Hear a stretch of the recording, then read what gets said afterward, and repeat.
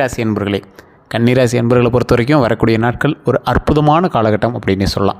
தொழில் ரீதியாக சின்ன சின்ன பிரச்சனைகளை சந்தித்து அதற்கு பிறகு அதற்கு தீர்வுகளையும் சந்தித்து அதை ஒரு நல்லபடியாக முடிச்சு வைக்கக்கூடிய ஒரு அற்புதமான காலகட்டம். நல்லபடியாக அதை தொழில் நடத்தலாம். இதுக்கு மேலே ஒன்றும் பெரிய இஷ்யூஸ்லாம் இல்லை. சின்ன சின்ன தடைகள் இருக்கோ அந்த தடைகள்னால நீங்கள் வந்து பயந்துக்கக்கூடாது. அதே மாதிரி ஒரு 3 விஷயத்தில் எச்சரிக்கையாக இருந்தே ஆகணும் அப்படிங்கிற ஒரு காலகட்டம். தொழிலையாக இருக்கட்டும், அல்லது வேறு ஏதாவது நீங்கள் செய்யக்கூடிய விஷயத்துலையாக இருக்கட்டும், அல்லது ஒரு முக்கியமான செயல் சார், ஒரு குடும்ப ரீதியான விஷயம், இந்த மாதிரி விஷயங்கள்லாம் இருக்குது அப்படிங்கும்போது அந்த விஷயத்தில் நீங்கள் கொஞ்சம் எச்சரிக்கையாகவும், பொதுவான சில வாழ்க்கையில், அதாவது பொது வாழ்க்கையில் நீங்கள் போகிறீங்க பார்த்தீங்கன்னா, அரசியல் இந்த மாதிரி சோசியல் சர்வீஸ் இந்த மாதிரி போகிறீங்கள, அந்த மாதிரி விஷயத்தில் கொஞ்சம் எச்சரிக்கையாக இருக்கணும். இப்போ இந்த வீடியோ எதுக்கு அப்படின்னா, ஒரு விஷயத்துக்காக காத்து கொண்டு இருந்த ஒரு அற்புதமான மனிதருக்கு இந்த வீடியோ. ஒரு நிறையா பேர் வந்து எனக்கு கமெண்ட் செக்ஷன்லாம் கேட்டுட்ருப்பீங்க, சார் இந்த விஷயத்துக்காக காத்துட்ருக்கோம், இது நடக்குமா, இந்த விஷயத்துக்காக காத்துருக்கு, இது நடக்குமா. நிறைய பேர் எப்படி கேட்குறீங்கன்னா, திருமணத்திற்காக வெயிட் பண்ணிகிட்ருக்கோம் அப்படின்லாம் நிறைய பேர் கேட்குறீங்க. திருமணம் நடந்தவர்களுக்கு அருமையான வாழ்க்கை இருக்குது, இதுக்கு மேலே சண்டை சச்சரவுகள்லாம் இருக்குது சார், அதெல்லாம் சரியாகுமா. எல்லா பிரச்சனையும் சரியாகக்கூடிய ஒரு அற்புதமான காலகட்டம். அதே போல் குழந்தை பேருக்காக நிறைய பேர் வெயிட் பண்ணியிருக்கீங்க, குழந்தை பேர் கிடைக்குமா, அதுக்கான கேள்விக்கான பதில்கள் இது எல்லாமே இந்த வீடியோவில் வந்து நடக்கும். முக்கியமாக ஒன்று, ஃபினான்ஷியலாக உங்களுக்கு ஸ்டேபிள் ஆகுமா, கடன் தொல்லை நீங்குமா, உடல் ஆரோக்கியம் பெருகுமா, இந்த மாதிரி நிறைய கேள்விகள் கமெண்ட் செக்ஷனில் எக்கச்சக்கமான கேள்விகள். இந்த கேள்விகளுக்கு ஒவ்வொன்றும் நான் பதில் சொல்லிட்டே வரேன். அது ஏஜ் வைஸாக நான் வந்து சொல்லிட்டே வரேன். அதே மாதிரி எந்த இடத்துல இருக்கீங்க அப்படிங்கிறத பொறுத்து நான் சொல்லிட்டே வரேன்.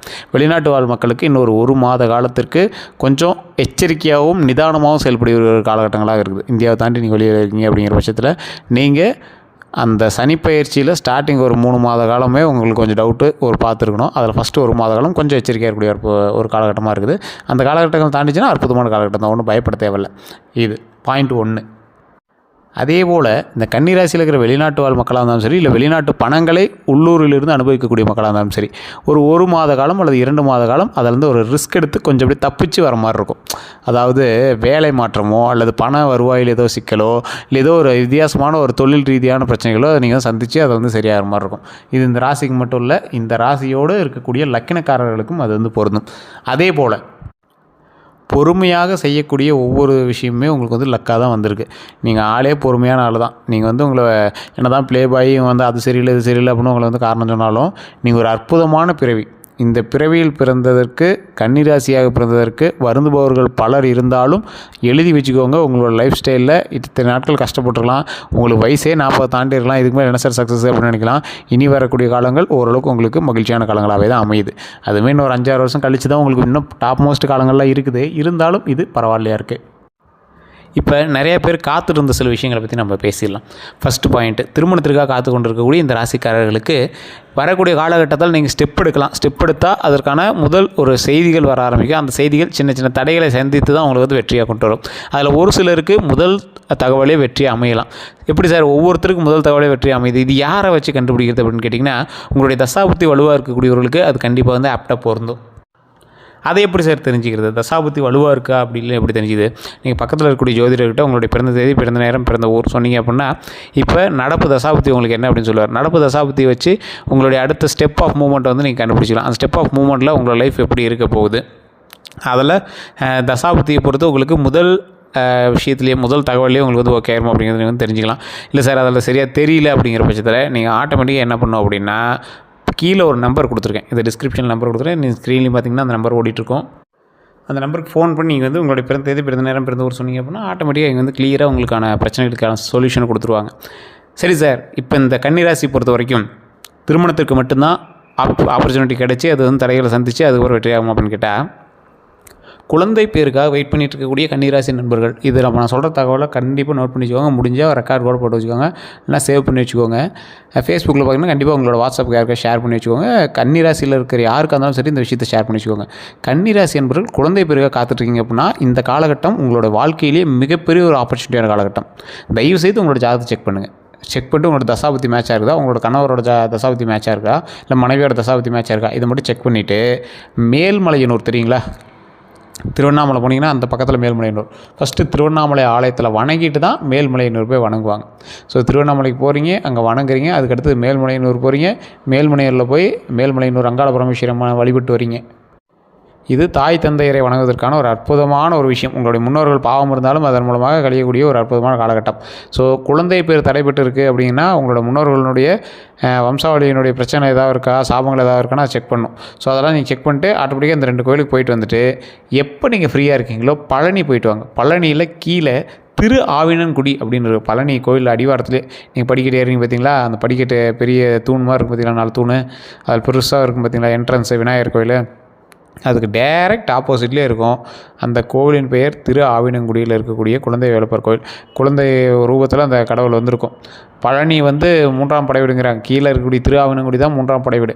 அதுக்கப்புறம் பழனி அந்த கோயிலுக்கு பக்கத்துலேயே போகிற அந்த இறைவனுடைய அருளால் ஒரு சிலை உருவாக்குறார். அதுதான் நவபாஷாணத்தால் செய்யப்பட்ட பழனி தண்டாயுதபாணி சிலை. ஸோ நிறைய பேருக்கு தெரியறதில்ல. நீங்கள் கீழே இருக்கக்கூடிய திரு ஆவினங்குடியில் இருக்கக்கூடிய முருகரை வழிபடுறீங்க. அதுக்கப்புறமே மேலே போயிட்டு மேலே பழனியில் இருக்கக்கூடிய போகர், அதுக்கப்புறம் தண்டாயுதபாணி பால தண்டாயுதபாணி வழிகிட்டு பால தண்டாயுதபாணி வழிபட்டுட்டு அதுக்கு பக்கத்துலேயே போகர் இறைவன் இருப்பார். உள்ளே நீங்கள் நிறைய பேர் கும்பிட்டுருப்பீங்களா என்னன்னு தெரியல. உள்ளே போகரனுடைய ஜீவசமாதி இருக்கும். அங்கேயும் போய் வழிபட்டு வரலாம். மிகப்பெரிய நன்மை உண்டு. நிறைய பேருக்கு தெரியாத ஒரு விஷயம், இப்போ நான் சொன்ன கோயில்களுக்கு போயிட்டு அப்படின்னா மிகப்பெரிய நன்மை உண்டு. அதே மாதிரி கன்னிராசியில் இருக்கிறவங்க கணவன் மனைவிக்கிடையே ஏதாவது சலசலப்புல இருக்குது அப்படிங்கிற பட்சத்தில் தயவு செஞ்சு இப்போ நான் சொல்கிறேன், எந்த ராசியாக இருந்தாலும் சரி, கன்னிராசியில் எந்த ராசியாக இருந்தாலும் கணவன் மனைவிக்குள்ளே கொஞ்சம் அப்படியே சலசலப்புகள் இருக்குது அப்படின்னா நாமக்கல் மாவட்டம் திருச்செங்கோடு அப்படிங்கிற கோவிலில் மேலே அர்த்தநாரீஸ்வரர் ஆலயம்னு ஒன்று இருக்கும். அந்த அர்த்தநாரீஸ்வரர் ஆலயத்தில் திருமணமானவங்க எல்லாருமே பார்த்திங்கன்னா அந்த சுற்று வட்டாரத்தில் இருக்கிற எல்லாருமே பார்த்திங்கன்னா கோயிலுக்கு போய் மாலை மாற்றிக்குவாங்க. அதே மாதிரி சாமிகிட்ட வச்ச மாலையை வாங்கி போட்டு விடுவாங்க. ரொம்ப வயதானவங்க 60 வயதுக்கு திருமணம்னால நடக்கிறவங்க அங்கே போய் மாலை மாற்றிக்குவாங்க. அந்த கோயிலே திருக்கல்யாணம் மாதிரிலாம் பண்ணி வைப்பாங்க. ஸோ அது ஒரு அற்புதமான சம்பதி சமேஸ்வரர் கோயில். ஒரு தம்பதியாக போகிறீங்க அப்படின்னா தம்பதி சமேதரா அற்புதமான ஒரு கோயில். அந்த கோயிலோட வரலாறு எங்கேயோ இருக்கும். வெள்ளை நவபாசனத்தால் செய்யப்பட்ட சிலை, அதுலேயே செங்குட்டு வேலை ஒரு சிலை இருக்கும். அதாவது தாயும் தந்தையும் ஒரு சிலையில் அர்த்தநாரீஸ்வரராக காட்சி கொடுப்பாங்க. ஒரு காலில் கொலுசு போட்டிருக்கும், ஒரு காலில் கொலுசு இல்லாமல் இருக்கும். பாதி சீலையும் பாதி ஆண்கள் உடுத்தக்கூடிய வேட்டியும் ஆடையும் போட்ட மாதிரி இருக்கும் சிலை. ஸோ இந்த மாதிரி இருக்கக்கூடிய தெய்வம் வெள்ளை நவபாசனத்தால் செஞ்சுருக்கு. ஃபேஸே அதில் காட்டியிருக்க மாட்டாங்க. ஃபேஸே அதில் தெரியாது. ஃபுல்லாக அப்படியே முழுகின மாதிரி இருக்கும். அதே மாதிரி அதுக்கு பக்கத்துலேயே செங்குட்டு வேலை முருகனுடைய ஆலயம் இருக்குது. அதே மாதிரி கொஞ்சம் தூரம் தள்ளி போனீங்க, அந்த கோயிலேருந்து தள்ளி போனீங்கன்னா மேலே உச்சி பிள்ளையார் கோயில் இருக்குது. ஸோ 4 குடும்பம், அதாவது 4 பேர் குடும்பத்தில் உள்ள 4 பேரும் ஒரே ஆலயத்தில் இருக்கக்கூடிய ஒரு அற்புதமான ஸ்தலம். குடும்பமே இணைந்து செயல்படக்கூடிய ஒரு அற்புதமான ஸ்தலமாக அந்த கோயில் விளங்குது. திருச்செங்கோடு அர்த்தநாரீஸ்வரர் கோயில், அர்த்தநாரீஸ்வரர் மற்றும் விநாயகர் மற்றும் செங்குட்டு வேலவர், அதாவது அப்பா அம்மா சிவன் பார்வதி, மகன் முருகனும் விநாயகரும் ஒட்டுக்காக இருக்கக்கூடிய ஒரு அற்புதமான மலை. அந்த கோயிலில் போய் வழிபடுங்க. முடிஞ்சால் அது படிக்கட்டு வழியாக போய் வழிபடுங்க. படிக்கட்டு வழியாக போனீங்க அப்படின்னா அந்த வழியிலேயே பார்த்திங்கன்னா பாம்பு 60 அடி பாம்பு இருக்கும். உங்களுக்கு நாகம் சம்மந்தப்பட்ட பிரச்சனைகள் ஏதாவது இருக்குது அப்படின்னா அந்த கோயிலில் போய் அந்த நாகத்திற்கு வழிபடலாம். அதே போல் உங்களுக்கு குழந்தை பேர் சம்மந்தப்பட்ட பிரச்சனைகளுக்கும் அந்த நாகத்திற்கு போய் நிறைய பேர் வழிபடுறாங்க. அதை நீங்கள் செஞ்சீங்க அப்படின்னா பல தீர்வுகள் உண்டு. அதே போல் திருமணம் சார்ந்த பிரச்சனைகள் இருக்கக்கூடியவர்கள், ராகு கேதுனுடைய தொந்தரவுகள் இருக்கக்கூடியவர்கள் அந்த இடத்துக்கு போயிட்டு அந்த பாம்புகிட்ட வழிபட்டு மேலே இருக்கக்கூடிய அர்த்தநாரீஸ்வரர்கிட்ட வழிபட்டு வந்தீங்க அப்படின்னா மிகப்பெரிய நன்மை உண்டு. அந்த கோயில் ஃபுல்லாக எங்கே பார்த்தீங்கன்னா பாம்பு சிலையாகவே செதுக்கி இருக்கும். அந்த மலை ஃபுல்லாக அங்கங்கே இருக்கும். காரணம் என்ன அப்படின்னா ராகு கேது சம்மந்தப்பட்ட விஷயங்கள் ஏதாவது உங்களுக்கு இருக்குது அப்படின்னா சரி பண்ணும். இப்போ கன்னிராசி ராகுவினுடைய தசாபுத்தியில் நடப்பதற்கான வாய்ப்புகள் 90%. ஸோ அப்போ நீங்கள் என்ன பண்ணுறீங்க, உங்களோட ஜாதகத்தை செக் பண்ணுறீங்க, அந்த மாதிரி இருக்குது அப்படிங்கிற பட்சத்தில் திருச்செங்கோடு அர்த்தநாரீஸ்வரர் கோயிலுக்கு போய்ட்டு வரீங்க.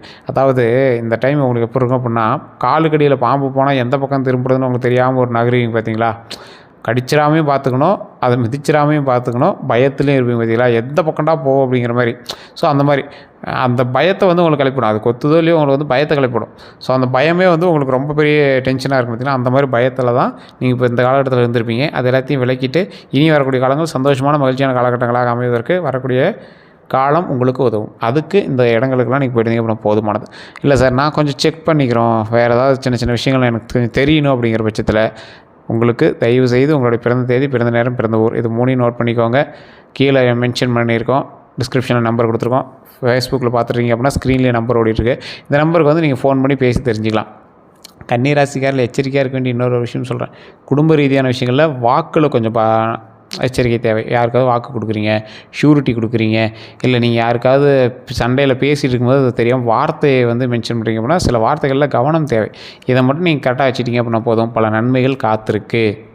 அதே மாதிரி தொழிலில் முன்னேற்றம் காத்திருக்கு. தொழில் முன்னேற்றம்லாம் நல்லாவே இருக்குங்க. ஒன்றும் பயப்படுற அளவுக்குலாம் ஒன்றும் கிடையாது. நீங்கள் நல்ல ஒரு அற்புதமான ஒரு காலகட்டத்தில் தான் இருக்கீங்க. பயந்துக்காமல் செயல்படலாம், பயந்துக்காமல் துணிஞ்சு எந்த ஒரு விஷயத்தையும் செய்யலாம்.